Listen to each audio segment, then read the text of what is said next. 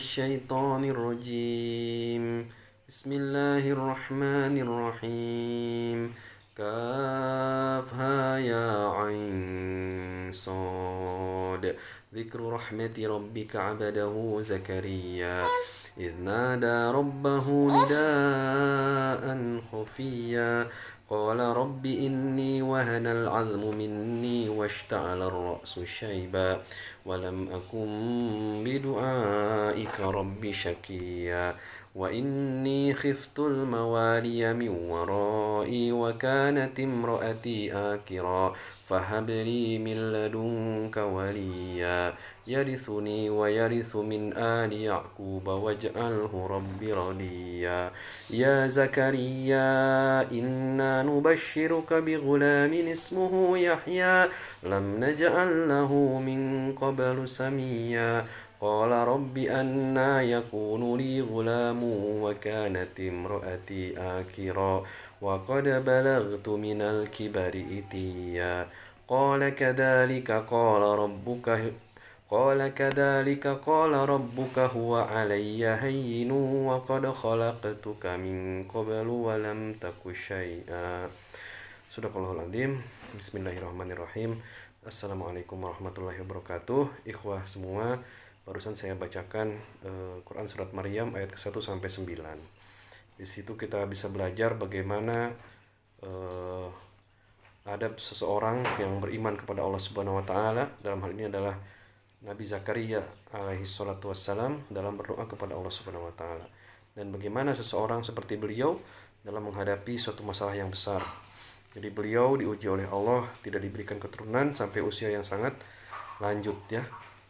Dan dengan kondisi juga istrinya mandul, disebutkan dalam Al-Quran ayat-ayat tersebut barusan. Antum bisa baca artinya nanti. Tapi yang jelas pelajaran yang bisa kita ambil adalah yang pertama, tidak pernah putus asa dengan masalah sebesar apapun. Yang meskipun dengan akal manusia ini nggak mungkin gitu. Karena Nabi Zakaria sudah sepuh dan istrinya divonis mandul, tapi beliau masih tetap berhusnuzon kepada Allah, berdoa kepada Allah Subhanahu wa taala, minta diberikan keturunan ya, dan dengan adab yang sangat luar biasa, yaitu doanya dengan lemah lembut dan dengan menyampaikan bahwa dirinya tidak pernah kecewa dengan berdoa kepada Allah Subhanahu wa taala. Dan kita harus insafi bahwa doa ini adalah sesungguhnya hakikatnya adalah ibadah. Dalam sebuah hadis Nabi dikatakan sallallahu alaihi wasallam dikatakan bahwa barang siapa yang tidak mau berdoa kepada Allah, maka Allah akan murka kepadanya ya. Jadi yang tidak mau berdoa kepada Allah itu dianggap sombong, tidak mau meminta kepada Allah. Jadi berbahagialah orang yang selalu berdoa kepada Allah, karena selain dia akan dikabulkan atau diberikan penggantinya yang lebih baik, atau diberikan penggantinya kelak di yaumil jaza, dia juga mendapatkan pahala dalam berdoa. Dan berdoa kepada Allah itu adalah bagian dari tauhid ya. Berdoa hanya kepada Allah saja ya. Sebagai implementasi terhadap la ilaha illallah wahdahu la syarikalah lahul mulku wa lahul hamdu wa huwa ala kulli syai'in qadir. Jadi mari kita terus berdoa kepada Allah. Lihat teladan dalam Quran surat Maryam tersebut, bagaimana Nabi Zakaria yang secara asbab kauniyah mungkin tidak akan lagi mendapat keturunan, tapi ternyata Allah kabulkan, dikatakan engkau nanti akan mendapat keturunan yang bernama Yahya, katanya begitu ya. Dan sebagai bentuk kerendahan hati beliau Nabi Zakaria, dia bertanya kepada Allah, bagaimana mungkin aku bisa mendapat keturunan? Ini adalah bentuk ketawaduan beliau ya. Jadi perhatikan, ada husnudon di situ, kemudian ada tawadu di situ ya, ada tauhid di situ, hanya meminta kepada Allah saja.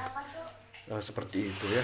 Kemudian Allah jelaskan tidak sulit bagi Allah, karena untuk menciptakan anak bagi Nabi Zakaria tidak sulit, karena Allah sudah menciptakan Nabi Zakaria sebelumnya. Jadi waqad khalaqtuka min qablu wa lam taku syai'a. Jadi itu pelajaran yang bisa kita ambil dari renungan singkat ini, dan mungkin tidak terlalu dalam, tapi semoga bermanfaat dan dinilai ikhlas oleh Allah Subhanahu wa taala.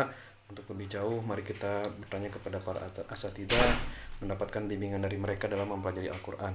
Semoga sekali lagi semoga bermanfaat. Wabillahi taufiq wal hidayah. Wassalamualaikum warahmatullahi wabarakatuh.